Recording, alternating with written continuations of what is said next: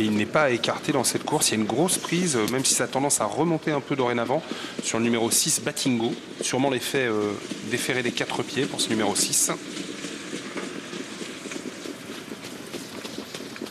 On a marché un petit 18 dans la première, donc on devrait, dans la 7e, pardon, qui était le premier groupe de cette épreuve des doublés. On va voir un petit élément de comparaison avec le chrono de cette 7e course. 18 tout pile pour Besame Dems dans la 7e. On entendait l'interview d'Antoine Triolet il y a quelques instants pour le numéro 7 Balzano du Douai. J'ai vu sa dernière performance et je n'ai pas forcément été des plus séduits, on va dire. Il avait eu la course parfaite, veut dire préservée durant le parcours, bien caché. Il n'a pas forcément giclé pour finir comme on aurait pu l'escompter avec un tel parcours. Alors certes, l'engagement est favorable, mais j'ai plus l'impression que le déferrage des 4 pieds est pour essayer de lui donner le petit plus qu'il n'avait pas. Bah, c'est ce que vous a dit Antoine. C'est ce que vous avez dit Antoine, il n'y a pas de marge, ce cheval n'a pas de marge, donc on défère les 4 pour essayer de lui donner le petit choup. Alors pourquoi a-t-il été déféré des 4 en début de carrière? Ça c'est très compliqué de le dire, peut-être parce qu'il en avait besoin pour trouver son passage, peut-être parce que on sentait déjà que le cheval n'était pas forcément au premier plan. Mais en tout cas ensuite il ne l'a plus été et là il faut qu'il le soit si on veut espérer la gagne. Mais bon, battre Batoum des Bruyères ne va pas forcément être évident. Biscuit est à 12 €, le numéro 9. Et s'il veut bien être sage, c'est spéculatif. On évoquait le cas du numéro 6 Batingo qui est déféré des 4 pieds. Il s'est montré fautif devant les tribunes il y a quelques instants. Petite faute, ouais. Petite faute, il n'était pas déféré au hit. C'était pas une grosse faute, c'était plus un petit galop de chasse. Mais bon, c'est toujours inquiétant, on va le dire, à quelques secondes du départ. Ouais, c'est embêtant. Il est associé à un apprenti. Il y a 3 apprentis en piste dans cette course. Jérémy Ozen pour le 14. Bastien Coglin pour le 6 et le Florian Tabès pour le 3 Bigangzad. Et il était ferré évidemment oui tout à l'heure Batengo et là déféré des 4 premières fois on l'a vu effectivement hésiter au canter. Bon. Et pour évoquer une dernière fois le cas du numéro 13 Batoum de Bruyères, le favori, sans parler de marge, Didier Brouillet semblait lui trouver une belle opportunité pour gagner une telle course. Moi je pense que dans cette catégorie-là il a de la marge. Voilà, mais sans être déclassé pour autant. Non, mais il a de la marge dans une catégorie comme ça sur ce qu'il a fait techniquement sur ses valeurs de l'été. Au niveau des impressions visuelles, il y a Batoum des Bruyères et Biscuit dans cette course qui ont vraiment fait de choses intéressantes. Batoum des Bruyères étant quand même plus régulier et semble-t-il moins compliqué que Biscuit.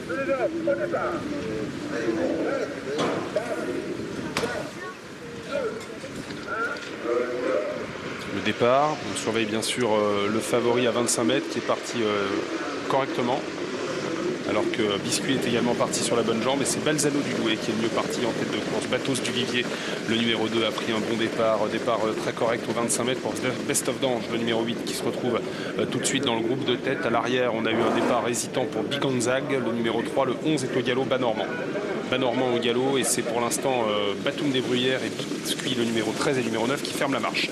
Faute du numéro 6 Batengo qui était déjà au galop au canter et faute également de l'animateur Balzano du Douai qui disparaît. Disqualification du 11, le 7 et le 6 au galop. Début de la ligne d'en face avec au commandement Batos du Vivier, le numéro 2, flanqué à son extérieur de Best of Dange, 3e position en dedans pour Borsalino Verderie, avec en 4e position le numéro 5 Briscard. On y est un peu plus loin avec Bandit du Dôme, le numéro 14, le 3, le 4 Bicêtre est en 6e en dedans. À l'arrière, on a toujours Batoum des Bruyères avec Binus de Zem ainsi que Biscuit, le numéro 9. Deuxième tournant de la course. À l'arrière également Batingo qui n'a pas été disqualifié après sa faute mais qui a rétrogradé. Deuxième tournant donc avec Batos du Vivier qui a le meilleur, toujours à son extérieur le 8 Best of Dange, 3e position pour Borsalino Verderie alors que le numéro 5 Briscard est 4e. On vient plus loin avec le 4 Bicêtre devant le numéro 14 le Bandit du Dôme. Début de la ligne des tribunes, disqualification de Biganzag le 3. Avec Best of Dange qui a le meilleur, 3e position, 2e position pour Batos du Vivier. À la corde se trouve également l'As Borsalino Verderie, le 5. Il s'agit de Briscard, revient 4e et un effort de Binus de Zem, le numéro 10, qui était à l'arrière-garde. Il est en train de tenter de contourner le peloton. Batoum des Bruyères, pour l'instant, boucle un parcours d'attente, très sage à l'arrière. Dans son sillage se trouve Biscuit, le numéro 9. À un tour de l'arrivée, avec Best of Dange qui vient de relayer Batos du Vivier, le numéro 2. commence à être un petit peu sollicité et qu'on doit accompagner dans les tournants. Le numéro 2, Batos du Vivier. À l'extérieur, Binus 2e s'est donc bien rapproché et figure dans le wagon de la deuxième épaisseur avec dans son sillage Briscard, le numéro 5. Borsalino Verderie vient plus loin devant Bandit du Dôme avec Bicêtre. Voilà un wagon qui est en train d'essayer de se rapprocher avec notamment Batoum des Bruyères, le numéro 13. Batoum des Bruyères qui est en train de progresser dans le sillage de Baumec de Beaubry. Le bout de la ligne d'en face avec le numéro 8 Best of Ange qui a le meilleur toujours devant le numéro 10 Binus 2e, le 5 Briscard est 3e en dedans devant le 14 Bandit du Dôme et voilà Batoum de Bruyères qui vient très facilement. Batoum de Bruyères, attention également à Biscuit qui a attendu comme il faut le faire avec lui et qui semble avoir pas mal de gaz pour rentrer dans le dernier tournant, mais encore assez loin des animateurs que sont toujours Best of Dange avec Binus 2e, toujours Briscard en dedans. Voilà à l'extérieur Baumec de Beaubry qui continue de se rapprocher avec dans son sillage Batoum des Bruyères qui va tenter de bien finir. Borsalino Verderie a un petit peu de mal à accrocher le wagon, il est un peu sollicité. Biscuit a du gaz mais pas le passage. Entrée de la ligne droite avec Best of Dange qui essaye de se détacher. Best of Dange le numéro 8 avec Gilles Delacour. Binus 2e est en deuxième position. Batoum des Bruyères va bien finir avec Biscuit également en pleine piste. Baumec de Beaubry entrée à 200 mètres de l'arrivée avec Best of Dange qui essaye de résister à Batoum des Bruyères et à Biscuit. Termine de plus en plus vite à l'extérieur. Eric Blo avec Biscuit qui va tenter d'attaquer maintenant Best of Dange. Batoum des Bruyères est également dans la lutte. Biscuit à l'extérieur qui termine le plus vite. Biscuit qui va venir s'imposer aux abords du poteau, le numéro 9. Victoire de Biscuit le 9. Deuxième place pour le 13 Batoum de Bruyères devant le 8 Best of Dange et le numéro 12 Baumec de Beaubry. 9, 13, 8 et 12, c'est l'arrivée provisoire de notre 8e rendez-vous. C'est le groupe B de la prix de la Société des courses de Vire. Des poulains entiers hongres de Catan toujours à l'honneur et la victoire assez intéressante du numéro 9 Biscuit associé à Eric Blo et qui devait rendre 25 mètres. Oui, et qui s'impose en poulain vraiment très intéressant. Enfin, très intéressant pour cette catégorie. Un poulain qui doit pouvoir confirmer à l'avenir. Tapé dans l'œil à Laval. Oui, je pense que j'étais pas le seul. Sa fin de course à Laval était vraiment très très bonne, mais c'est un cheval compliqué, donc on pouvait difficilement le recommander chaudement, mais on avait dit avant le coup que sa cote était très spéculative. 10 € pour un cheval qui avait fini comme il avait fini à Laval, il lui suffisait d'être sage pour être à la lutte pour la gagne. Il a montré son bon visage aujourd'hui, comme on en parlait tout à l'heure lors de l'interview avec Eric Blo. Et Batoum des Bruyères est battu à la régulière. Il est battu par meilleur aujourd'hui, Batoum des Bruyères. Oui, tous deux ont un parcours, on va dire, sur mesure. Il y a d'excuses à faire valoir, ni de trafic à pointer du doigt. Aujourd'hui, c'était vraiment battu à la régulière. Absolument. Victoire de Biscuit, Batoum des Bruyères, c'était un jumelé nature sur les impressions visuelles et la 3e place pour Best of Dange, le numéro 8. À vous, Laure. À tout à l'heure, Alexis. Encore un rendez-vous à vivre avec vous sur l'hippodrome de Vire. Honneur aux amateurs. Dans quelques instants, c'est le tiercé écarté Quintet Plus qui va se disputer sur l'hippodrome de Paris-Vincennes. Le temps de marquer une pause et on retrouve notre équipe sur place. À tout de suite.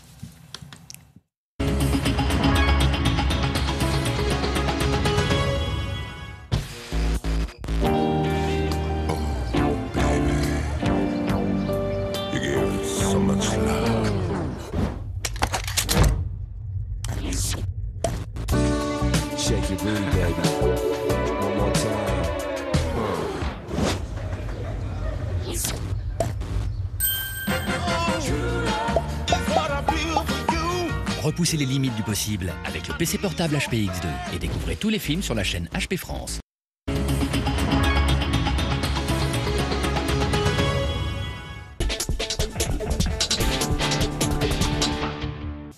Le prix Ovidius Naso s'élance dans quelques instants à 15h08. Vous le voyez, il y a un favori, le Star Perrine. Avant cela, Anthony, nous allons revenir sur le prix de Guingamp, le 3e rendez-vous. Nous nous étions quittés sur un résultat très clair, mais un first de reste qui a dû passer le poteau en faisant la faute, a été disqualifié. C'est Ranchani qui a remporté cette course. On revient sur cette arrivée. Oui, alors il n'a pas fait de faute, un first, mais il a été sanctionné pour allure. On vous propose le plan de la caméra extérieure sur lequel on le voit le mieux. Et comme il n'y a pas eu d'enquête, voilà, on n'a pas de résultat d'enquête qui explique pourquoi il a été disqualifié. Donc on vous propose cette vue, c'est là où on le voit le mieux. Chacun se fera son analyse précise sur la question. En tout cas, un first a bien été disqualifié en direct tout à l'heure par les juges aux allures et il a donc perdu le bénéfice de ses efforts. La victoire finalement donc dans le prix de Guingamp pour Ranjani qui du coup signe une 3e victoire consécutive. La 4e se prépare, c'est le Quintet Plus du jour. C'est le prix Ovidius Naso avec en position de favori Ulster Perrine, le numéro 9, dont Jean-François Marie est l'éleveur. C'est pourquoi il ne sera pas à mes côtés dans l'avant-course. Allez, on commence cette séquence échauffement avec Hugues Vinière, le numéro 3. Vous entendrez tout à l'heure Mathieu Abrivard qui nous conseille plutôt de rester prudent aujourd'hui avec Hugues Vinière, de pas d'être trop confiant sur sa candidature. Vous l'entendrez tout à l'heure. En tout cas, oui, il s'est bien comporté. C'est un cheval assez brillant qui est peut-être plus à l'aise piste plate, mais qui a aussi quelques références ici à Vincennes. En bout de combinaison, pourquoi pas. Tropique du Hêtre, le 4. Le cheval le plus rapide sur le parcours au premier échelon. Cheval entraîné par Bruno Bourgoin, son chrono 1:13.6 sur les 2850 mètres de la grande piste. Un cheval qui est dans sa catégorie, 15 contre 1 pour lui. On enchaîne avec Titan Vénézie qui fait une grande rentrée et qu'il faut surtout regarder courir aujourd'hui. Il a besoin de se remettre en route. Il y a dans son dos la grande Uranie Lorraine, une jument qui a beaucoup d'action, beaucoup d'allure. Vous voyez, elle est très imposante. Fille de Goat Malswood. Pas déféré aujourd'hui, mais Franck Nivard au sulky. C'est une outsider avant le coup. La victoire lui semble barrée, mais pourquoi pas une petite place dans le quintet. On enchaîne avec Louisville As, le numéro 6. Ça, c'est vraiment un petit cheval très sympa. Vous voyez, petit cheval, hein, il n'est pas imposant physiquement, mais c'est un cheval qui se donne toujours à fond.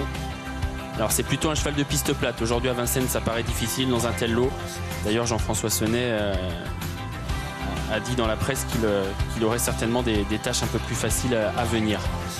On enchaîne avec Team Job, le 7, qui a besoin de nous montrer quelque chose. Hein. Ça fait quelques courses qu'il n'a rien fait.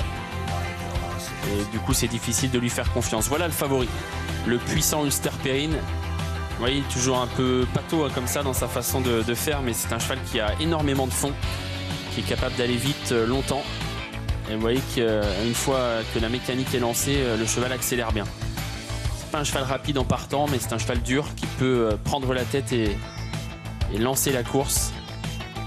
Il n'a besoin de personne, ce cheval, et il est capable, encore une fois, avec cet engagement au premier échelon, de bien faire. Le 10, Sergent Durib, cheval qui a 9 ans désormais. C'est un bel engagement hein, pour lui, mais il faudra tout de même qu'il sorte le grand jeu.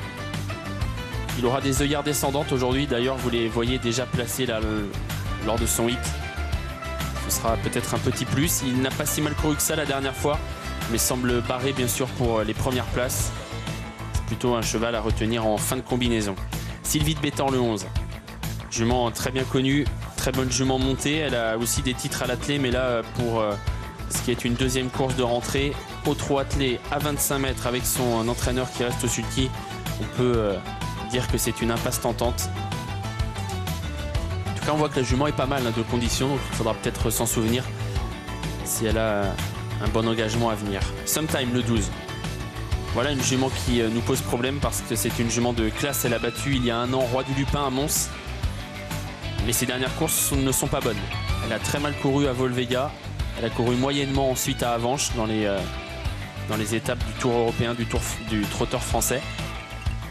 Elle sera déférée des 4 pieds aujourd'hui, chose qui ne lui est plus arrivée depuis le mois de décembre 2012.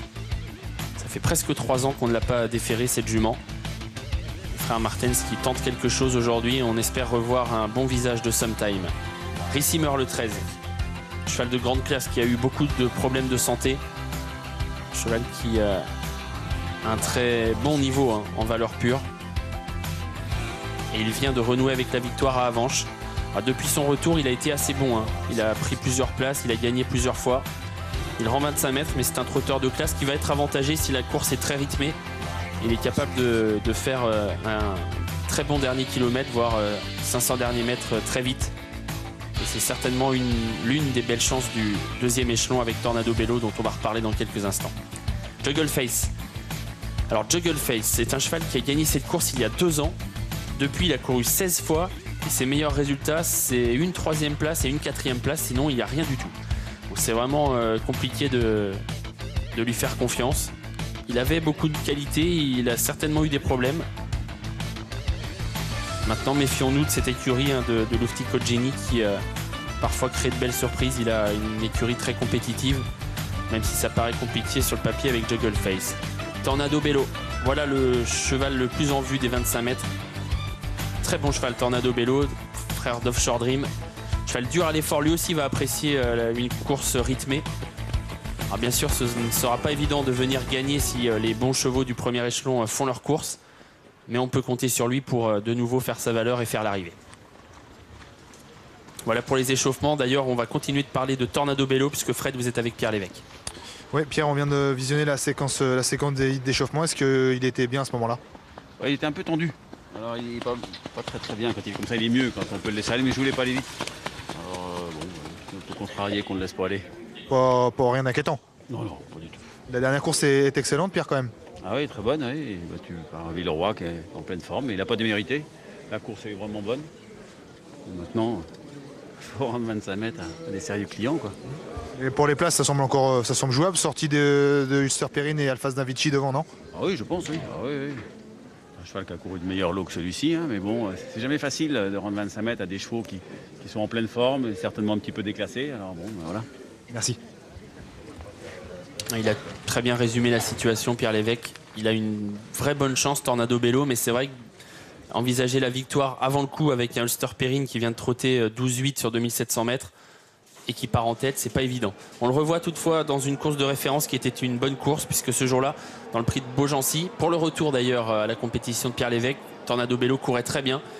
Il devançait notamment Rissimeur qui va un peu plafonner pour finir après avoir fait un bel effort. Il était battu par Villeroy qui avait fait une perf digne d'un cheval de prix d'Amérique quasiment, puisqu'il avait contré une très grosse attaque à mi-parcours et il était reparti pour finir. Donc Tornado Bello était un bon deuxième ce jour-là. Alors on va vous montrer quelques réductions kilométriques pour bien comprendre la difficulté de la tâche de Tornado Bello. Le cheval le plus rapide aux 25 mètres donc sur ce parcours, c'est lui. 1:13.3, c'est son record sur le parcours, c'est celui qui est allé le plus vite parmi les chevaux qui rendent la distance. Ils sont 5 dans ce cas. Mais en tête, vous allez voir que le cheval le plus rapide, qui part donc 25 mètres devant Tornado Bello, c'est Tropique du Hêtre. Il a trotté 1:13.6. Il y a 3 dixièmes d'écart entre le record sur le parcours de Tornado Bello et celui de Tropique du Hêtre. Et il y a 25 mètres d'avance au départ pour Tropique du Hêtre. Vous voyez que c'est pas évident, étant donné qu'on dit en général qu'il y a environ 1 seconde de réduction kilométrique sur ce genre de parcours d'écart entre un cheval qui part en tête et un cheval qui part aux 25 mètres. Donc la marge est réduite, la marge est ténue pour Tornado Bello, mais on peut compter sur lui tout de même, et étant donné que c'est un cheval qui aime les courses rythmées, il devrait être servi. Si le parcours est assez favorable, il doit être capable tout de même de jouer un très bon rôle.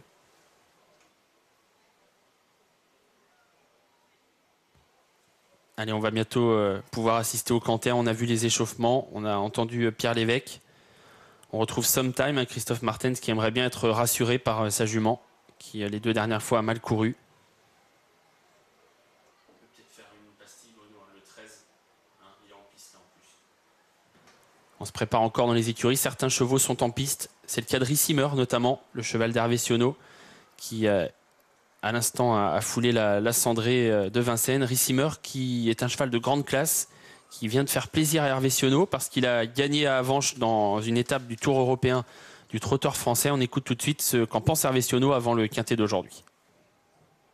Hervé, qu'est-ce qu'il allait vite, Rissimeur, dans la ligne droite l'autre jour à Avanches? La ligne droite est interminable et il fonçait. Hein. Bah pour nous, elle était tant mieux qu'elle soit interminable. Oui, on n'avait pas fait un début de parcours trop rapide, donc il a bien fini, mais bon, c'est vrai qu'il a fait une bonne valeur. Aujourd'hui, comment vous voyez les choses, 25 mètres à rendre? Au papier, j'ai l'impression que les chevaux de 25 mètres ont les moyens de rendre les 25 mètres, mais il faut quand même les rendre, quoi. Bah, sur les chronos, les chevaux de tête, non, moi théoriquement, c'est quasiment impossible. Ouais. Après, les courses, il faut les courir. Il y a toujours y avoir des... Il peut se passer plein de choses, quoi. Mais c'est sûr que ça va être très difficile hein, si les chevaux font le chrono de l'autre jour. Voilà, maintenant, c'est un cheval qui manque peut-être un peu de maniabilité, mais qui est en belle forme, et voilà, on court. Il a bien encaissé son voyage en Suisse. Oui, j'ai trouvé très frais au 8, il est bien, je pense qu'il est encore resté au même niveau. Merci. Voilà pour Rissimeur, donc Hervé Sionneau. Il a lui aussi bien résumé la situation. Hein. Au chrono, en théorie, c'est très difficile d'envisager vraiment la première place. Mais comme l'a dit Hervé Sionneau, et ça je suis vraiment d'accord avec lui, les courses, il faut les courir parce qu'il peut se passer tellement de choses. Imaginons qu'Ulster Perrine parte au galop aujourd'hui et tout est chamboulé finalement, parce que Ulster Perrine, on l'imagine, va à un moment ou à un autre venir aux avant-postes et durcir l'épreuve. Si Ulster Perrine reste au poteau, la physionomie de course peut changer. Donc, en théorie, et finalement on ne peut s'appuyer que là-dessus, nous avant la course, c'est compliqué de le voir gagner, mais après en pratique ça peut être différent. Ulster Perrine pendant ce temps lui entre en piste et Jean-Michel Baudouin, son entraîneur, s'arrête au micro de Fred.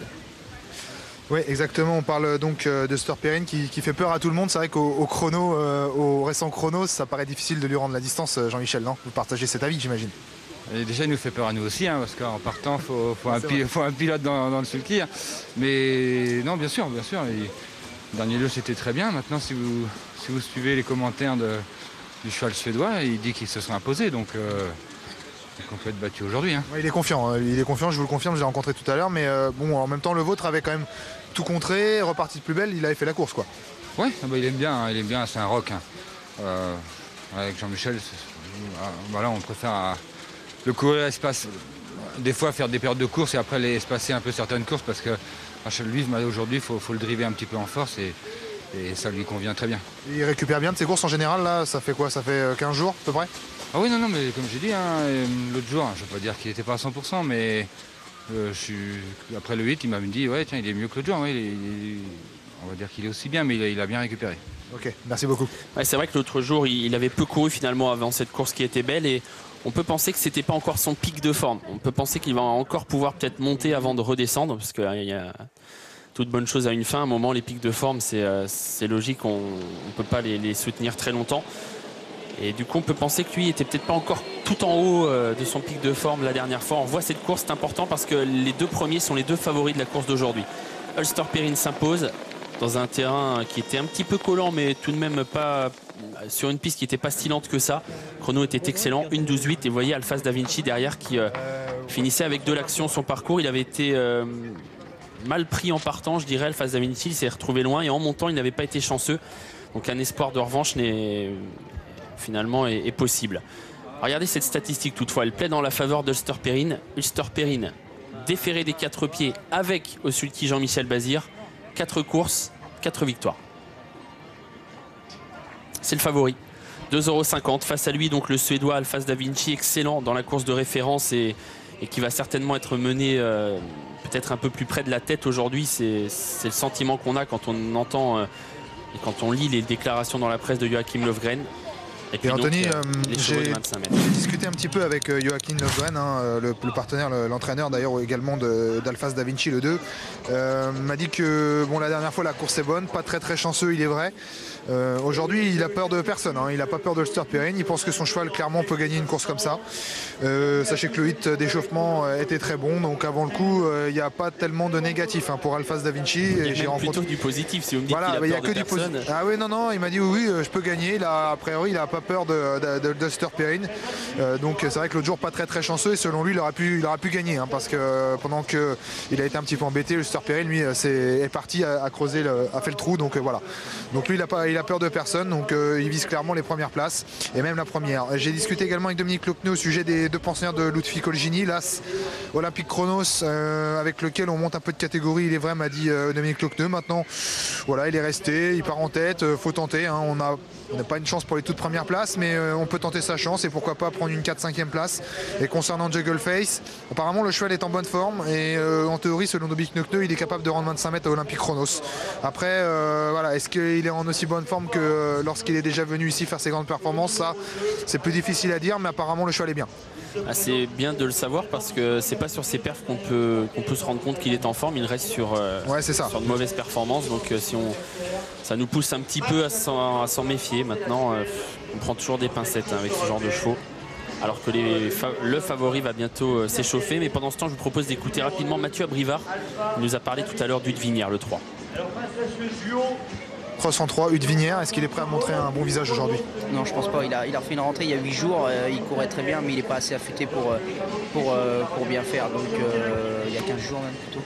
Mais il faut le regarder. Il va avoir des bonnes courses après à suivre. Voilà, il aura d'autres engagements plus favorables. Hein, c'est ce que déclare Mathieu Abrivard, ce qui nous pousse à ne pas trop nous enflammer sur sa candidature. Bon, en théorie, c'est une chance correcte pour les petites places dans le quintet. Maintenant, avec cette déclaration de Mathieu Abrivard, c'est pas une priorité, vous l'aurez compris, Udvinière. Tornado Bello, bien calme et bien présenté par l'équipe de Pierre Lévesque. On a vu Ulsterperine prendre un petit départ sans que Jean-Michel Bazir ne cherche à à le pousser. C'est un cheval qu'il faut un peu laisser faire en début de parcours. Un cheval qui est un peu lymphatique, qui peut avoir besoin de se mettre gentiment en route. Alors Alphas Da Vinci avec un driver, un entraîneur driver qui n'a peur de personne, qui va donc être très motivé. On va voir comment ça va se passer. Il avait volté à la corde la dernière fois et ça s'était mal passé pour son cheval qui finalement avait hésité un tout petit peu et avait rétrogradé parmi les derniers.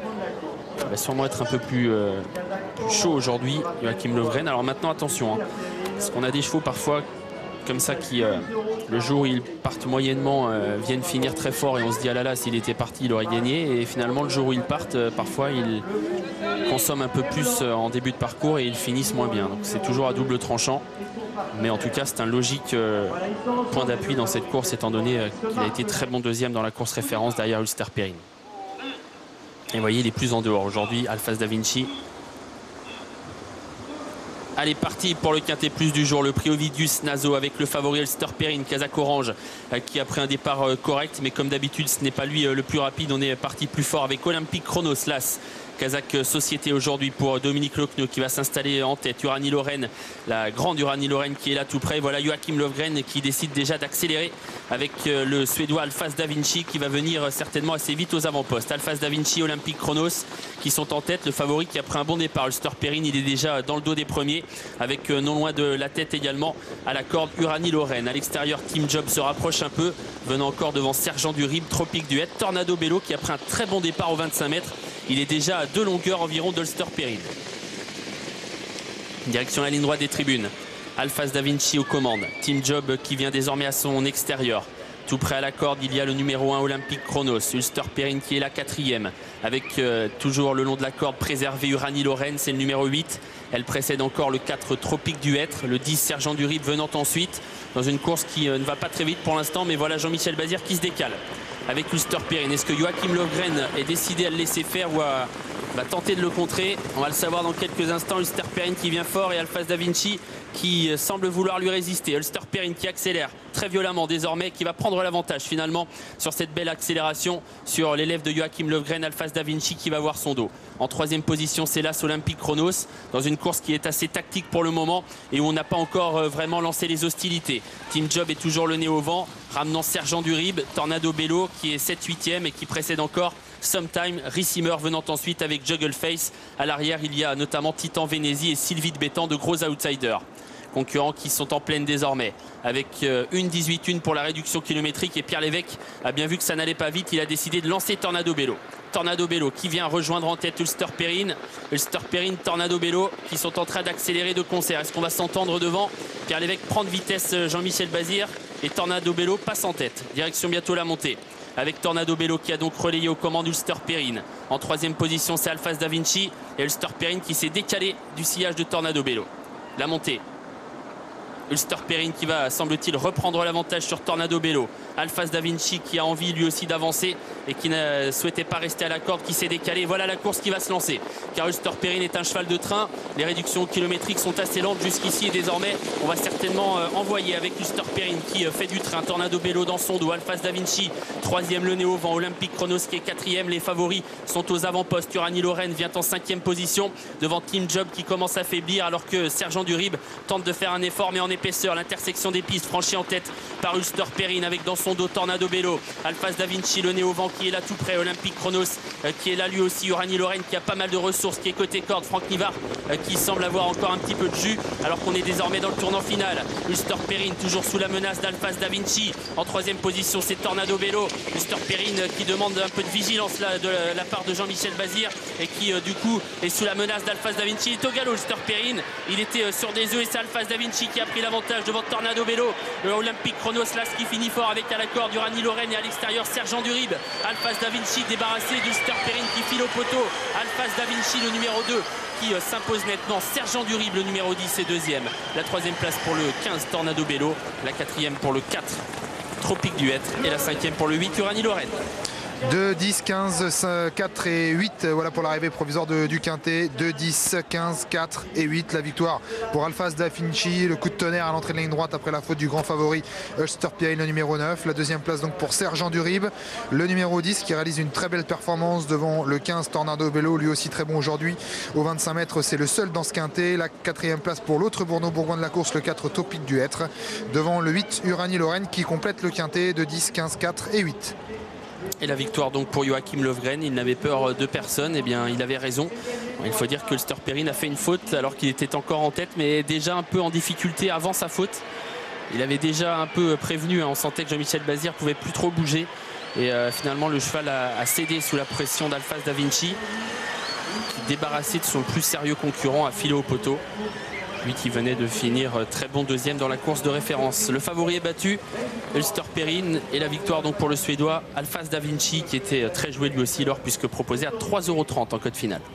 Et oui, et on le voit bien à l'antenne. À tout à l'heure, monsieur, pour la suite du programme. Le prix de Milly-la-Forêt. Je vous rappelle que le prix des élites se court dans la 7e à 16h40. Strasbourg nous attend du plat, de l'obstacle, la 11e étape du défi du galop. Bref, de quoi faire. Jefferson, je vous salue. La très jeune génération, je ne parle pas de la tribune, mais bien de nos premiers candidats en piste, avec un nom partant, le 9. Spectre, le numéro 11, est favori. Lui qui a plutôt bien couru pour ses tout débuts. Salut Jefferson. Salut, effectivement, oui, la jeunesse n'est peut-être pas là-haut, mais vous allez voir qu'on va quand même pas mal se débrouiller cet après-midi, et également jusqu'en début de soirée sur cet hippodrome de Strasbourg qui nous accueille pour une réunion de 8 courses, dont 2 rendez-vous en obstacle, vous l'avez dit tout à l'heure, une course de steeple et une course de haie. Sachez que le terrain est très souple, que nous aurons un nom partant dans la première épreuve, c'est le numéro 9, vous l'avez également signalé, et donc d'ores et déjà, je vous invite avec moi à regarder les partants de ce premier rendez-vous, donc, et analyser ainsi les prestations de chacun. Les prestations possible, mais il y en a aussi certains qu'on ne connaît pas. On va faire connaissance avec quelques inédits et inédites dans cette compétition. Découvrons donc tout de suite les acteurs de cette première épreuve. Tout de suite, donc, on regarde ensemble les chevaux. Voici le numéro 11 et nous allons en profiter, puisque vous en avez d'ailleurs tout à l'heure logiquement parlé, Laure, pour regarder Spectre lors de ses premiers pas avec la montre de Pierre-Charles Boudot aujourd'hui, ce qui est aussi évidemment un plus. Spectre a été confié à Vincent Cheminot lors de ses débuts d'Auvillé dans une course FCT cet été. Nous étions alors sur les 1200 mètres et son comportement dans la phase finale ne sera pas mauvais du tout, ce qui peut nous laisser augurer aujourd'hui une prestation intéressante en ce qui concerne le Spectre, qui retrouvera une piste tout aussi souple que lors de ses premiers pas, donc du côté de la côte normande. Jefferson, bonjour. Je vous entends, je vous reçois parfaitement, mon cher Laurent. Et écoutez, je pense que vous allez intervenir pour cette première course d'ores et déjà. Oui, rajouter simplement que ce numéro 11 Spectre, qui est donc le favori, vous l'avez dit, a quand même débuté par une 4e place, vous l'avez dit, mais surtout devancé par des concurrents qui avaient montré de la qualité, parce que le gagnant avait déjà bien couru et s'est ensuite classé 2e d'une listed en étant battu d'une encolure pour la victoire. Et puis le 2e avait déjà bien couru et a ensuite embrayé par une victoire. Donc lui qui débute en compétition a gagné en condition, c'est ce que j'ai cru comprendre auprès de l'entourage. Donc on est assez confiant avec ce numéro 11 Spectre. Voilà, il y a actuellement à l'écran les autres concurrents. Il y a un cheval qui m'a beaucoup plu en sortant, c'est Rachwan, le numéro 2, qui défend l'entraînement d'Alex Pantal, confié à Antoine Verlet, l'un des jockeys maison. Je trouvais le cheval plutôt agréable à regarder galoper sur la piste. Donc maintenant on va voir s'il est capable, mais on le sent quand même certainement capable de bien faire. Il a couru sur le petit hippodrome d'Évreux le 6 septembre dernier. Rachwan qui avait démarré par une course G sur l'hippodrome de Vichy pendant l'été et qui semble avoir montré quelques progrès déjà à cette deuxième sortie, ce qui doit nous certainement donc nous indiquer de sa part quelques progrès encore possibles. Actuellement le cheval est à l'écran, vous le voyez, et donc il est proposé, je le rappelle, à la cote de 13 contre 1. Il n'a pas l'air mal du tout. À suivre donc ce numéro 2 Rachou. C'est vrai qu'il est fit, et sachez que j'ai conversé avec Antoine Verlet qui me disait que le poulain était en progrès. Alors il retrouve Ken Taten, le numéro 1, qui vient de le devancer, c'était sur l'hippodrome d'Évreux, et ce jour-là, eh bien, Rachwan avait une décharge qu'il n'a pas aujourd'hui, mais le poulain a montré des progrès le matin, donc Antoine Verlet espère que ça pourra compenser l'écart au poids, parce que c'est vraiment un poulain qu'il aime bien. En tout cas, il était très fit aux rondes de présentation, et un poulain d'une certaine taille, donc il devrait normalement avoir son mot à dire dans une telle compétition. Alors j'ai des informations à vous donner concernant certains concurrents. Il y a beaucoup de vent, je ne sais pas si vous l'entendez. Les deux pensionnaires de Monsieur Hammer Hansen, le numéro 7, non le 8 plutôt, All of the Light, qui vient de débuter par une 5e place à Baden. Le cheval a gagné en condition, c'est un cheval qu'on aime bien dans l'écurie. On profite de la décharge de Michael Berthaud et on est assez confiant pour le voir monter sur le podium. Ce sera un petit peu plus compliqué pour l'autre pensionnaire de cette écurie qui va débuter, c'est le numéro 16, Cambi Sarah, une pouliche de 2 ans qui risque de manquer d'un petit quelque chose pour ses premiers pas en compétition. Merci pour ces premières informations. On regardera également Nabarat, le numéro 7, qui dépend du redoutable entraînement de John Hammond, qui sait mieux que personne amener ses chevaux pile poil pour un objectif. Reste à savoir évidemment ce que peut faire cette pouliche confiée à Louis-Philippe Beuzelin, qui renoue ainsi avec la maison Hammond, puisqu'il aura donc 2 représentants Hammond aujourd'hui qui lui sont confiés. On voit ici une bien jolie pouliche qui est vraiment dans un état physique remarquable, Nabarat, le numéro 7. Certes, elle ne s'est pas fait remarquer lors de ses débuts d'Auvillers, mais il faut quand même certainement pencher peut-être pour quelques progrès supplémentaires de sa part. Là, c'est pareil, une prise de contact qui ne veut pas dire grand-chose. On redescend un petit peu l'alphabet, ce sera plus facile une G à Strasbourg qu'une F sur les programmes de Deauville. Donc attention quand même à Nabarat, le numéro 7, que j'ai aussi vu dehors pour tout à l'heure sur la piste avec un physique plutôt agréable. Alors je dirais qu'au niveau des physiques des chevaux, donc Rashwan le numéro 2 et puis Nabarat le numéro 7 me plaisait bien. Peut-être que vous avez aussi une petite idée sur la question. N'hésitez pas si vous avez vu quelque chose de bien au rond tout à l'heure, Laurent, pour nous l'indiquer. Je peux vous donner quand même des informations des entraîneurs concernant tout d'abord, alors là j'ai vraiment beaucoup de mal avec le vent. Concernant le numéro 12, Prince de Rêve, qui va aujourd'hui débuter en compétition, Ivan Volmer me disait que le poulain montrait des moyens le matin, mais il aurait certainement besoin de cette course, donc difficile de l'envisager à l'arrivée. Par contre, Olivier Placé m'a dit du bien du 6 Silver Train, qui vient de débuter par une 6e place à Moulins, et ce jour-là la piste était vraiment détrempée, donc un poulain qui ne s'est pas forcément adapté à ce type de terrain lors de sa première sortie. Le terrain est très souple aujourd'hui, mais certains jockeys m'ont dit qu'il s'apparentait à du bon souple. On va voir ce que ça va donner après la première. Donc Olivier Placé escompte quand même de sérieux progrès avec ce numéro 6 Silver Train. Oui, et puis c'est une maison dont il faut se méfier, qui est un petit peu maîtresse du jeu en Suisse, notamment avec Olivier Placé, dont je vantais récemment les mérites sur les programmes de Nancy, et qui d'ailleurs s'était imposé ce jour-là, Olivier Placé. Donc nous avons affaire à un garçon qui connaît parfaitement son métier et qui, lorsqu'il se déplace, en général, n'est jamais très loin de la vérité. Pour ce numéro 6, nous avons une cote quand même très très élevée actuellement, puisque nous avons près de 80 contre 1. On n'a pas l'air d'y croire beaucoup dans le public sur les chances donc, de Silver Train, alors que là vous apercevez en gros plan d'autres concurrents. On aperçoit notamment Koningin Soldier, le numéro 10, associé à Thomas Messina pour le compte de Marcus Figel, entraîneur qui aura également un partant tout à l'heure dans la belle course, donc la 11e étape du défi du galop. Allez, on continue de tourner alors que les Et Jefferson, quelle est la cote du numéro 15 Cashman qui débute? Eh bien écoutez, il y a une cote de grande confiance puisqu'il y a 3 contre 1.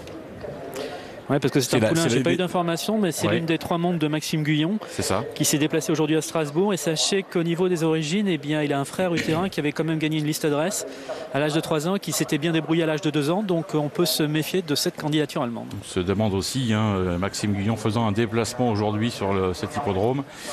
D'autant qu'il ne monte pas la course principale, l'étape du galop. Donc on doit se dire que l'une de ces 3 montes doit certainement être très très bonne. C'est possible d'ailleurs que d'entrée de jeu de cette première monte soit une monte intéressante pour lui, ou du moins lui a-t-on suggéré de venir ici sur cette piste de Strasbourg. Et donc il faut évidemment le suivre de très très près, le surveiller de très près, car c'est certainement un des jockeys clés en ce moment qu'il ne faut pas sous-estimer. On aperçoit la casaque de Monsieur Luc aussi, portée par Prince de Rêve, le numéro 12. Ce numéro 12 Prince de Rêve qui est proposé à la cote de 13 contre 1, voire 14 maintenant. Prince de Rêve qui est présenté par Yvonne Volmer et qui défend la casaque de Monsieur Luc, évidemment toujours extrêmement populaire sur les programmes de Strasbourg, puisque la casaque est un peu reine au trot. Mais aussi, les apparitions de la casaque Luc au galop se font de plus en plus régulières et surtout, souvent d'ailleurs, couronnées de succès. Donc une raison de plus pour avoir l'œil dessus. On continue d'entrer dans les boîtes. Ici, on aperçoit la casaque de M. Nicolas, portée par Nimo, le numéro 5. 2 courses courues, 2 7e places, entraînement d'Elvis Carrou et la monte de Thibaut Speicher. Un cheval qui, Nimo, donc, avait démarré quand même très fort sur l'hippodrome de Deauville dans une listade de prix Yakovlev, avant d'aller ensuite dans un réclamé où il n'a malheureusement pu se montrer plus dangereux que cela. On entre dans sa stalle avec cette casaque blanche qui est devant vous. Blanche et rouge plutôt. Voilà, c'est fait. On a aussi le numéro 8, All of the Lights, qui est présenté ici à une cote de... il y avait 8 contre 1, 8,5 contre 1 la cote d'ouverture. On va dire que c'est une cote quand même qui était de relative confiance par rapport à ce que l'on peut voir. Avec une première sortie confiée à Christian Demiro sur l'hippodrome de Baden-Baden. On était alors donc sur du bon terrain, qui est tout à fait différent de ce que l'on trouve aujourd'hui. Voici le 3 Totally White. Totally White proposé à la cote de 52 contre 1. Là, ce sera peut-être un peu plus difficile. A priori, on poursuit avec le numéro 13, Never Compromise, avec le Tony Picon. Là, on a une cote de 40 contre 1 pour un cheval qui va aujourd'hui débuter sa carrière. Bon, c'est tous les chevaux du bas donc, qui débutent de Prince de Rêve à Gambisara. Donc on sent quand même un petit peu d'appréhension de la part du cheval. Confié à Tony Picon, qui connaît bien cette piste et qui souvent d'ailleurs y réussit bien. Et là, pour ses premiers pas, ce ne sera pas forcément facile. Là, le parcours 1400 mètres pour ce prix du PMU, le Sulky à Strasbourg, notre premier rendez-vous. On va jeter un petit coup d'œil rapidement sur ce qui se passe au niveau de la cote qui est proposée actuellement donc, aux turfistes, avec une cote qui baisse pour le numéro 2 de 14 à 9,80 €. Ça baisse beaucoup aussi sur le numéro 4, All at Once, qui est proposé maintenant pour l'entraînement de Guy Chirel à une cote, on va dire, de cheval en vue à 6,50 €. Et puis, je regarde très rapidement en balayant, ça remonte un petit peu pour une grande majorité. Attention, il y a une prise aussi sur le numéro 15, encore Cashman, mais qui semble se stabiliser à 4,50 contre 6,40 € tout à l'heure. Maxime Guyon qui porterait une casaque rouge et noire avec Cashman et qui est hérité tout de même de la stable numéro 16 à l'extérieur. Cheval qui va s'érailler, un cheval qui malheureusement est sorti. On a dû ouvrir sa boîte de départ un peu précipitamment, c'est hélas. Il s'agit de Kentaten, un cheval qui a été supplémenté pour participer à cette épreuve.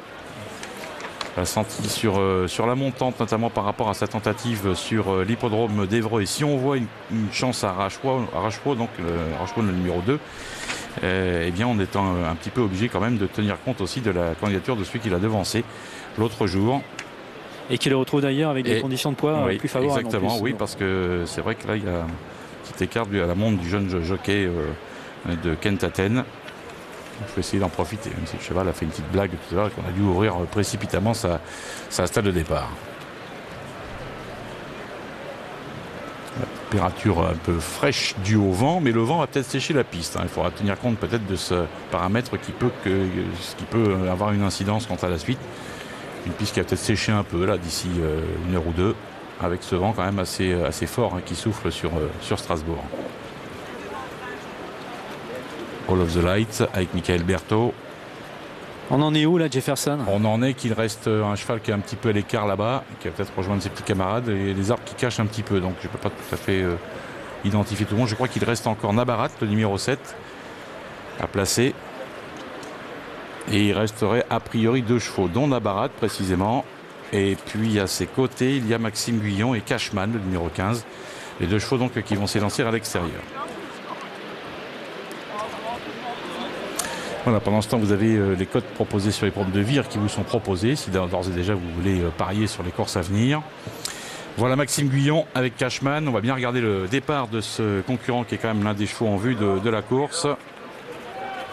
C'est parti à cet instant. Cashman qui perd un petit peu de terrain en partant le 16 également. On est mal parti avec le cheval de Monsieur Luc qui a perdu du terrain, tandis que Nabarat en revanche s'est bien élancé tout de suite au centre et est venu aux avant-postes en même temps que Nimo le numéro 5, et puis on voit la casaque de All at Once, le numéro 4 qui galope non loin. C'est la casaque Bloodstock de Guy Chirel là, qui se retrouve en excellente position après quelques mètres de course. On voit également le numéro 8 All of the Lights avec Michael Berthaud qui est à l'extérieur, alors que derrière eux se retrouve Totally White, le numéro 3 qui les accompagne campagne maintenant, suivi par un cheval qui tire un petit peu tout de même, c'est le numéro 2, Rashwan, donc qui reste quand même Rashwan en bonne position.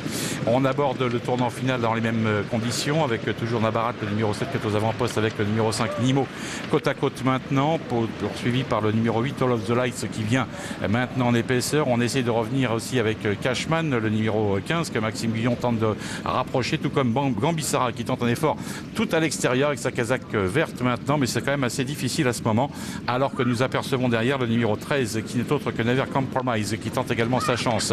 Nous sommes à mi-ligne droite maintenant avec les chevaux lancés à pleine vitesse, avec toujours les mêmes positions. On essaie de venir avec Nashwan, c'est un petit peu plus dur pour le numéro 7 Nabarat qui semble avoir un petit peu de mal à se relancer maintenant, alors que Nashwan va essayer de finir de mieux en mieux maintenant aux abords du poteau avec les concurrents qui sont dans la phase finale. Le numéro 11 côté corde qui vient de prendre l'avantage, c'est la position favorite, c'est Spectre, le numéro 11 qui émerge du peloton et qui file au poteau, poursuivi par le numéro 2. La troisième place sera pour le 8 et la quatrième place quand même sans démériter pour le numéro 16 Gambissara qui avait un petit peu raté son départ tout à l'heure. Merci Jefferson. 11, 2, 8 et 16, l'arrivée chiffrée de cette première course et le succès pour le 11 Spectre, l'entraînement de Monsieur Munch et la montre de PC Boudot. Deuxième le 2 Rashwan, la troisième place pour le 8 All of the Light et la quatrième place pour le numéro 16 Gambissara. 11, 2, 8 et 16, l'arrivée de la première, ma chère Laure. Merci, à tout à l'heure messieurs pour la suite du programme à Strasbourg. On vous retrouvera pour une course toujours en plat avec des 4 ans et plus, 11, 2, 8 et 16. Dernier rendez-vous à Vire, honneur aux amateurs. Nous voyons les chevaux en piste. Alexis, on parle de Hulda. Elle s'est installée favorite depuis un petit moment déjà. C'est une métronome, elle a 7 ans. Chic fille. Oui, absolument. Hulda qui est une favorite assez logique. Elle connaît très bien son amateur du jour, Monsieur Grimaud, Daniel Grimaud, qui réussit bien avec elle. Il faudra rendre 25 mètres. Ce n'est jamais évident, mais son succès de Plestin-les-Grèves était très bon et elle a ensuite tenu honorablement sa partie aux montées. Sur l'hippodrome marin de Plestin, elle avait vraiment dicté sa loi très sûrement pour finir avec Daniel Grimaud. Donc il n'y a pas de problème de forme pour Hulda. Alors, et rapidement, aucun problème à signaler, Alexis, concernant la favorite Hulda, Daniel Grimaud, qui a plusieurs victoires avec elle cette année. Tout s'est bien passé à l'entraînement. La dernière sortie lui a permis de peaufiner sa forme. Elle est très brave, très gentille en course, très peu de fautes. Et il faut un parcours sur mesure, mais en tout cas pour lui, elle repousse sans cesse ses limites et aujourd'hui ça peut être vraiment intéressant dans cette épreuve. Ok, on la garde. Donc Hulda bien sûr, le numéro 12. On est à quelques minutes du départ, je vais vous donner les confiances du jour, on va dire, distiller des petites doses de confiance. Alors le 13, Valdéric revient en forme après un été pas super. Sa dernière course à Argentan n'est pas si mal. En fait, il a eu des problèmes au niveau de sa motricité. Ça a été résolu. On revient dans l'ordre. C'est un cheval qui est très froid durant le parcours, donc il faut qu'il y ait assez de train. C'est un cheval qui peut trotter 16 d'un bout à l'autre du parcours, mais il ne peut pas faire une pointe à 12 par exemple, si on parle de chrono pur. Okay. Donc si le rythme est pour lui, il devrait bien se placer et enfin renouer avec les bonnes performances. Et on va parler également du 15 Anas. Allez-y parce qu'on est à 30 secondes, Anthony. Anas du Landais, on l'a préparé un peu pour cette course. Ses dernières sorties sont meilleures que nous l'indiquent les classements. La forme est bien et il vaut une course de ce genre au 25 mètres, le numéro 15 Anas du Landais. Ouais, ça c'est une bonne info. 18 €, faut pas tenir compte trop de ces dernières sorties. Anas du Landais. Il y a certaines excuses à faire valoir, mais en tout cas la forme est là et Michel Dognaud y croit. Vraiment. Vainé d'Ocagne avait des ressources la dernière fois sur l'hippodrome de Vire lorsqu'elle a fait la faute. C'est une jument qui n'est pas simple, mais pas hors course, hein, dans un lot d'amateurs intéressants enlevé par Volinco l'autre jour, qui avait son dos d'ailleurs au moment de la faute de Vainé d'Ocagne et qui semblait avoir un peu de gaz. Vainé d'Ocagne numéro 6. Allez, sous les ordres. Favori numéro 12, casaque jaune et verte. Faux départ, bon, ça va nous donner un tout petit peu plus de temps pour parler un petit peu de cette épreuve. On peut parler du 14 Termoto. Ouais. 2 courses de rentrée, c'était pas si mal que ça la dernière fois à Mokanchy selon son partenaire Jean-François Noël. Aujourd'hui on défare des 4 pieds pour vraiment arriver presque au top pour cette épreuve. Ça fait un an qu'on a un peu de disette, mais son driver avait vraiment été séduit la dernière fois à Mokanchy. Il en escompte un bon comportement après cette bonne note dernièrement. Ok, déféré aujourd'hui, attention. Également Hugues Vierville à surveiller en tête, bien sûr, numéro 4, qui est un cheval régulier, qui a déjà réussi dans la catégorie des amateurs, même s'il n'a jamais été associé à Monsieur Lair. Sur une valeur de pointe, Tati du Canter ne serait pas une non-chance, le numéro 9, 9,20 €, il y a de l'argent. Valdit Cara est bien engagé, drivé par un homme de grande expérience, mais bon, le papier récent n'est pas extraordinaire et les performances visuelles ne sont pas formidables non plus. Et puis dans le bas du tableau, pourquoi pas une grosse surprise causée par Tasha de Lante, le numéro 16. Le 15 a fait le faux départ, un as du Landais. On est motivé avec lui pour partir. Et on va prendre le départ de cette épreuve. Valdi de Cara complètement en dehors avec Jean-Philippe Bazir. Allez, Valdi de Cara à l'extérieur, bien parti Udemiel le numéro 3, bien parti également le numéro 1 Vistule. La favorite est très bien partie aux 25 mètres. Hulda, c'est même une de celles qui est le mieux partie à 25 mètres, en compagnie également de Termoto. À l'arrière, Tasha de Lante et Valdéric ont été les plus lents. Le numéro 3 qui s'installe en tête, Udemiel, avec bientôt à ses côtés, bientôt en tête même le numéro 8 Valdi de Cara. L'As, le Vistule, et troisième en dedans devant le 7 Uriel Mabert. Le 4 Vierville, l'un des chevaux très en vue de la course, vient ensuite devant Vaïné d'Ocagne, avec Termoto qui emmène dans son sillage Hulda. À l'arrière, pour l'instant, on retrouve Top Gun de Mathieu, le numéro 11, accompagné par Tasha de Lante et par Valdéric, le numéro 13, qui ferme la marche. Début de la ligne d'en face, avec Valdi de Cara qui s'est installé au commandement, relayant Udemiel, le numéro 3. Dans le groupe de tête, on a également à la corde le numéro 6, Vaïné d'Ocagne, alors qu'à l'extérieur figure en bon rang Vierville, avec le numéro 1, Vistule, qui est également dans le groupe de tête.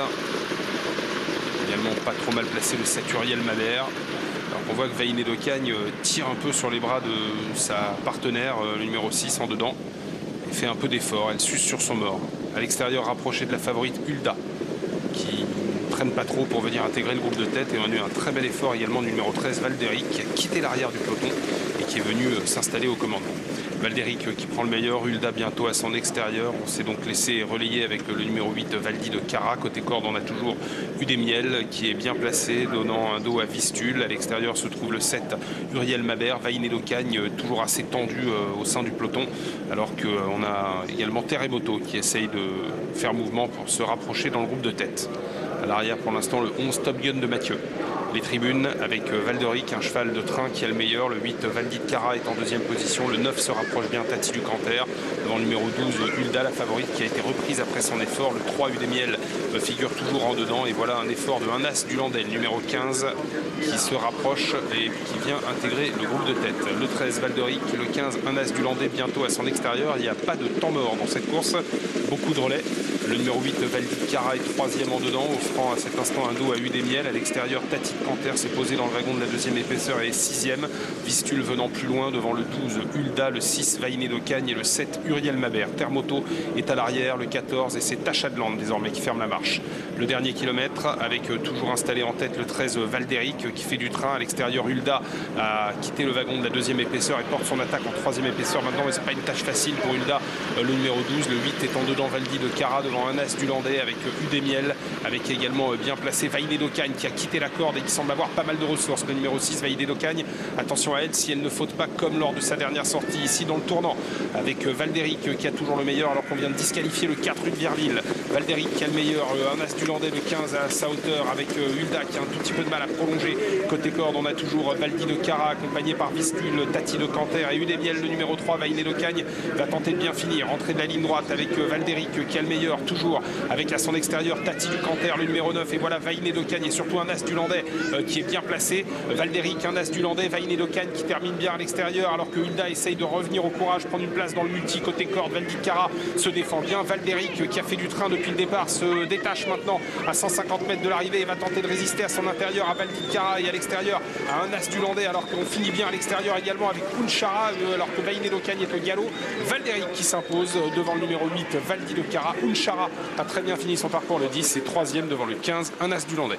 13, 8, 10 et 15, c'est l'arrivée provisoire de notre dernier rendez-vous, la 9e course du programme à Vire, le Optique Crix Yannick Pierre, et la victoire pour le numéro 13 Valdéric qui a imposé son rythme, et c'était la tactique qu'il fallait pour renouer avec les bonnes performances aujourd'hui. Merci Anthony pour avoir arpenté les écuries. On salue toute l'équipe technique de Colombes et on salue bien sûr Laure sur le plateau.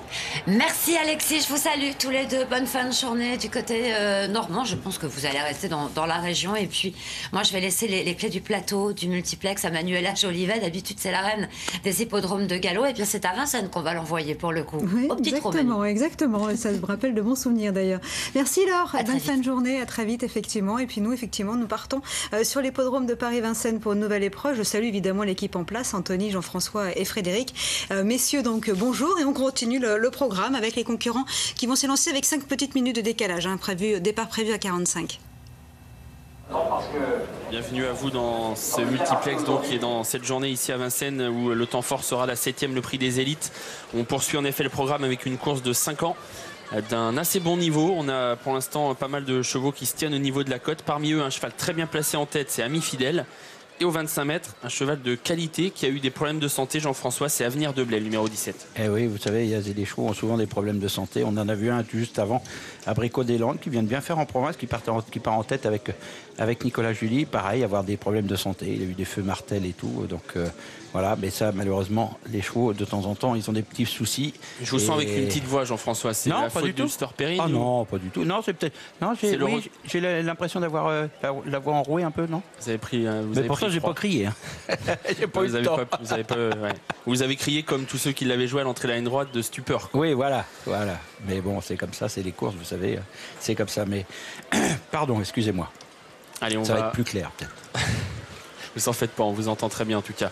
On poursuit donc notre programme, on le disait, avec des 5 ans. Fred est aux informations, vous le voyez, notamment ici avec Mathieu Mautier. Un des deux pensionnaires de Jérôme Dubreuil d'ailleurs, ouais. Mais je pense que c'est peut-être pas la meilleure chance, hein, le pensionnaire de Mathieu Mautier. L'autre, c'est le favori. L'autre, c'est le favori. Et je peux vous dire, Charles-Antoine avait Another l'autre jour à Châteaubriand, il était à côté et il m'a dit, je te jure qu'il m'a fait une impression folle, cet ami fidèle.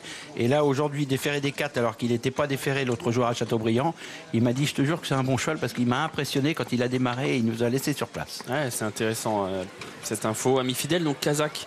Même si c'est mon fils, hein, je le dis, mais j'ai pas le droit de faire les courses quand c'est comme ça. Mais là, c'est pas une course où il est. Hein. Kazakh de Jean-Yves Rosé pour Jérôme Dubreuil, hein, qui doit pas avoir beaucoup de chevaux si, il fait beaucoup de pré-entraînement, il fait le débourrage des poulains. Et je crois que ce cheval-là est parti chez Jean-Yves Rosé, chez Thierry Ravgeot. Et je crois que Thierry, comme bon, le cheval, il devait peut-être pas trop lui plaire, je crois qu'il est reparti chez Jérôme Dubreuil. Mais Jérôme Dubreuil a toujours 10-12 poulains en pré-entraînement ou au débourrage à l'écurie Jean-Yves Rosé. D'accord, et là il a donc un cheval à l'entraînement.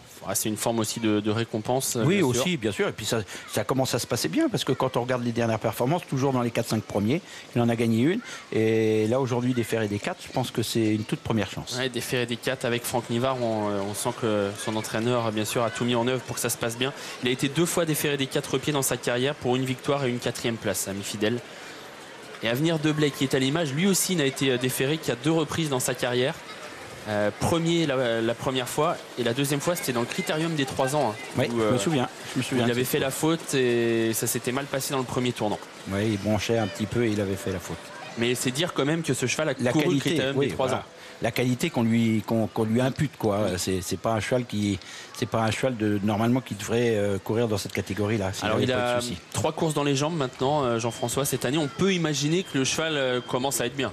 Oui, je pense. Oui, mais vous savez, certains chevaux, quand ils ont eu une très longue interruption, il faut quelquefois 6-7 courses pour les ramener à un bon niveau. Ça dépend un peu du cheval, s'il est très tonique, s'il a beaucoup de sang. Mais il a l'air d'être assez fin. Oui, assez. Comme cheval pas trop lourd. Logiquement, 3 courses, c'est déjà pas mal, mais c'est pas une sûreté. Jean-Philippe Duché est avec Fred. On parle d'Avric de Guèze avec vous, Fred. Oui, c'est le numéro 16. Jean-Philippe, l'autre jour à Lyon-la-Soie, vous aviez dit avant course que le cheval allait manquer encore de préparation. Est-ce que c'était une course pour préparer cette belle course ici? Bah oui, parce que du coup, il a fait qu'une course de rentrée où il était second, il courait très bien, mais pour Vincennes, une course c'était un peu juste, donc il a recouru pour en faire 2. Voilà. Et c'est vrai qu'il fallait bien ça, hein, parce que l'autre jour, il a manqué un peu quand même. Ah, il vous a un peu laissé sur votre fin l'autre jour quand même? Oui, enfin j'étais facile toute la route, mais pour finir, j'allais pas mieux que ça. Donc bon, il avait besoin de ça. Déféré des postérieurs, vu l'engagement aujourd'hui, j'imagine que ça s'annonce quand même bien. Bah ça s'annonce pas mal, parce que l'engagement est bon, mais il n'a pas la marge non plus, il va pas gagner d'1 heure. Hein. S'il gagne de 2 cm, ça va aussi. Hein. Ouais, non, mais je pense que voilà, il est plus fait pour aller prendre les places, venir prendre une place que gagner facilement. D'accord, merci. Ouais, c'est vrai, je suis assez d'accord personnellement avec Jean-Philippe Duché. C'est un cheval très correct, mais qui n'a pas non plus énormément de marge à 25 mètres ici à Vincennes. Maintenant, Jean-Philippe Duché se déplace vraiment à bon escient ici à Paris, donc on peut penser que le cheval est compétitif. Oui, je connais la région parisienne quand même, donc C'est vrai qu'à 25 mètres, c'est vrai que logiquement sur ce qu'a montré Ami Fidèle l'autre jour, il va avoir du mal à lui rendre 25 mètres. Il est ici d'ailleurs, Ami Fidèle. On le voit, il est parfait d'allure, on le voit très souple. Donc pour vous, c'est vraiment un bon cheval et un cheval qui peut gagner à Vincennes sans problème. Vu ce qu'il a montré les dernières fois, logiquement, il est un peu déclassé dans cette catégorie. C'est des chevaux qui n'ont pas énormément de gains. Dès 5 ans, il a 43 000 euros. Regardez, il vient de gagner 4e, 3e. Donc dire qu'est-ce qu'il avait? Il n'avait rien comme gain en début d'année. Non, c'est sûr, mais quand vous le connaissez bien, Jean-François, vous l'avez vu plusieurs fois. Moi, j'avoue mal le connaître. Quand on le connaît mal, on a que les perfs. On se dit ça a l'air pas mal, mais on peut pas savoir si c'est très bien, moyen ou. Dans un lot correct l'autre jour à Châteaubriand, c'était très très bien. Ok, Ami Fidèle, donc un cheval qui a certainement de la qualité assez pour briller ici. D'autant qu'il est déféré. Déjà 16,5 2008 à Châteaubriand, il faut déjà les marcher, parce que c'est pas une piste très très vite. C'est toute la ligne droite pour finir, c'est un faux plat montant. Faut avoir de la tenue et. 16,5 c'était à Laval la dernière fois. Ah, c'était à Laval, oui. C'était juste avant à Châteaubriand. Oui, c'était juste avant. Laval c'est plus rapide en effet. Combien il marchait à Châteaubriand 18. Ah oui, c'est moins vite. Oui. 18, je me disais 16,5 si c'était à Châteaubriand, ça faisait très vite. Là on serait retourné mettre une pièce. Voilà. Ou un billet. Ou même dans la course, il y a également Axel Tilly, numéro 12, qui rend 25 mètres, mais qui est vraiment très régulier. Et lui aussi a été assez peu déféré des 4 pieds. J'ai noté ses stats, tiens, pour vous les donner.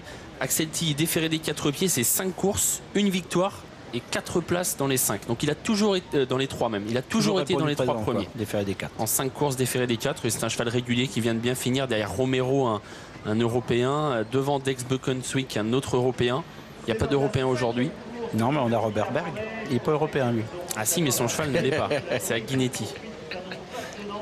Non, mais dans ces catégories-là, Jean-François, on sait très bien que les chevaux européens sont un peu déclassés. On l'a vu l'autre jour, il y a 8 jours, il y a 15 jours, il y avait une course à peu près la même catégorie. Il y avait beaucoup de chevaux étrangers. Ils ont